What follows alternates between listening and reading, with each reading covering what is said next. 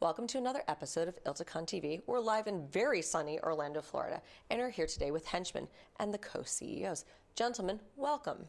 Thank you. Thank you. I'd love to learn a little bit more about each of you. Let's start on the left.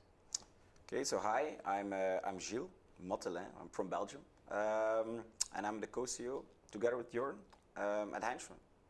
Before that, I had another company, also a software company, but in the HR space. Oh, cool. And it was acquired in 2019. And basically, during the acquisition, back then, we realized that it was lacking a lot of efficiency, the process, and then that's how basically Henchman came up, and the rest is history, I would say. Yeah, indeed. I'm Jorn. I'm a co-CEO at Henchman, and yeah, Henchman. Should I explain Henchman? Definitely. Let's start there. Okay. So I'm Jorn, co-CEO of Henchman, and Henchman basically solves the pain of looking for precedents for, I would say, transactional legal professionals. We're almost like an intelligent layer on top of their document management system. Okay. So we connect, we recognize all the contracts they have, we isolate all clauses and definitions, metadata.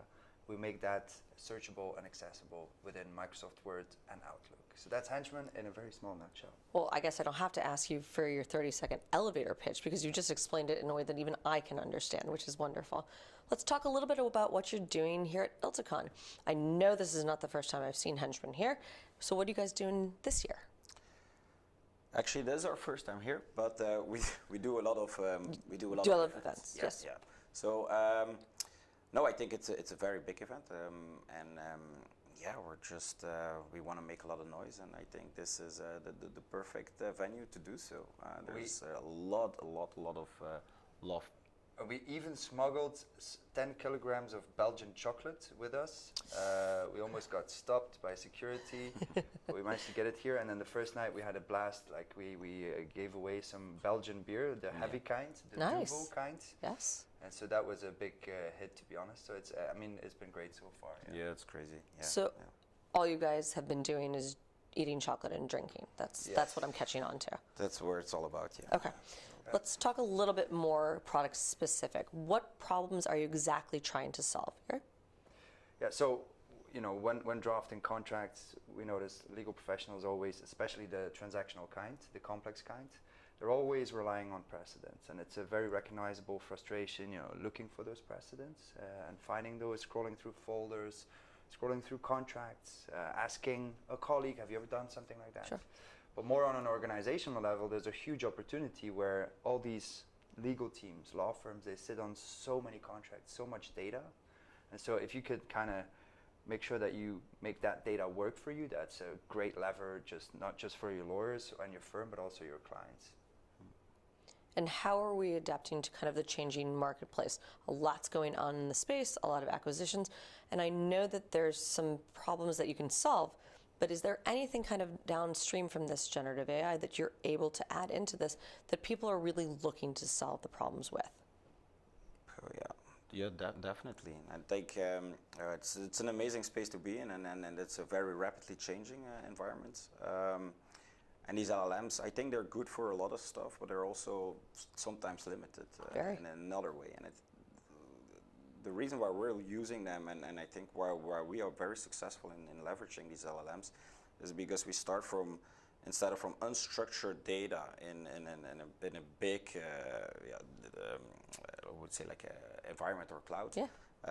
We start with first processing all that data, classifying that data, and then only feeding the LLM classified data with a lot of meta information. And if you split that to an LLM instead of throwing the whole database to the LLM, the results are way much better, the quality is way much better, speed is better, and basically also the cost is lower. So that's it was a lucky thing that we already started with structurizing data and feeding it back to the Microsoft Word plugin. But now we can leverage LLMs to do very magical stuff, but basically on a little piece of the database. Yeah, and like we were discussing earlier as well about the use case, right? It's solving the use case. Like, you know, we get the question a lot in demos. What was it again? Yeah, that's hopping to another topic. But I'm sitting in a lot of sales meetings, and a lot of these law firms, if I want to show them a demo, they basically say, please skip all the rest, show me the AI, and it's kind of That can't work that way. That's a conversation that shouldn't start on that side of the table. Exactly. Where should we be starting? Yeah, with the problem, right? Identify a problem, and then go search on the market and see what product could basically solve that problem. And it's not always AI, you know. No. There's a lot of good tools on the market that just work like a system of records, but it is just, if it's built for that, then you shouldn't always search for the AI, because the AI won't be able to solve anything, you know. I think people believe strongly that AI and generative AI specifically are going to solve all of their problems. Yeah. Lawyers think that it's going to take their roles away. First, I don't believe any of that. I do not think that AI can replace human interaction. It cannot explain things for us. And it's only as good as the content and the data that you have. If you have data that's garbage, you're going to get garbage data back. Hallucinations, you're going to have problems. Exactly. But I think where you guys are saying is that you need to have a targeted solution for a targeted problem.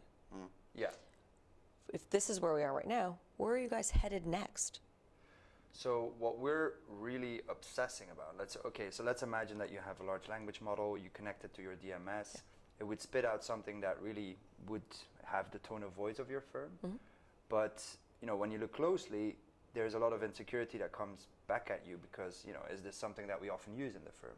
Is this something that my partner would approve of? Sure. Like, so you're missing an essential piece, which is context. And building on top of what Jill said, like having the metadata, having that insight of how common is this within our DMS or within the firm is essential. It's almost like the difference between a coffee at home and a coffee at Starbucks. It's context. Yes. And so we're obsessed about answering strategic questions for our clients, like, you know, what's the benchmark of this case versus that case? So if you think of it, you know, a lawyer or a legal professional is working with his or her client to understand their context and tying that back to things they've done in the past, their own experience, their own precedents. And so being obsessed about, you know, providing that context to our clients is what really, you know, is the next 18 months for us. We'll give them a lot of insights, and then from there you can basically build a very strong negotiation computer for law firms. And I always compare it with a chess computer, right? If we could suggest them with a lot of background information, meta information of previous deals, previous wins, it's like, you know, killing the queen to save the king, that kind of strategy. If you could build the chess computer for lawyers for negotiating complex contracts, then I think that's a very cool thing to build. I think that would be very cool. Yeah. I'm interested to see what you guys do next. If you could predict the next 6 months in legal tech, where do you see it going? What I hope and what we see now, and here at ILTACON, there were some larger softwares announcing a lot of cool AI stuff again, and now what you see is that almost all of them they announced something. And the hype cycles, and now all the law firms, they want to see, okay, what is it, what can they solve, they want to see demos, and then probably there will be like a peak of expectation, and you will have like a drop again. And what I hope is that only Microsoft, they will still come with Copilot, you know, and that will also spark another AI wave, but after that, everybody will start to take a field and try to solve something, and then from there on, I think the dust will slowly start to slow down, and then you can. And then in the meantime, we're doing a lot of pilots. So I think after 6 months from now, people will start to know, okay, what should I buy? What products are actually fixing what with AI? And then, you know, you will see a lot of product adoption, and that's what I hope. Because now it's madness. It's madness downstairs. Like everybody is talking about AI. Everybody's doing AI, it's very hard, I think, as a lawyer, as a knowledge manager, to really pick the right tools, because there's so many and so many. If there's even a tool for the problem you're trying to solve. Exactly. I mean, if you visit those websites, the language is all very similar. Like, I can imagine it's not an easy Well, job. ChatGPT wrote it for them, so let's give it a I mean, break. there's a lot of, like, I can imagine a lot of legal professionals that have been tasked by, you know, the general manager, like, find out what AI can do for us. And, We you need know, AI. We want AI. We want to tell what our can clients. we do with yeah. that AI stuff? And so if you're in the awareness phase, I mean, yeah, it's like A madhouse. Yeah. It's a madhouse. Well, I'm glad I got to see you both, and I look forward to seeing you next year at ILTACON 2024. Thank you both. Thank Thank you for having us.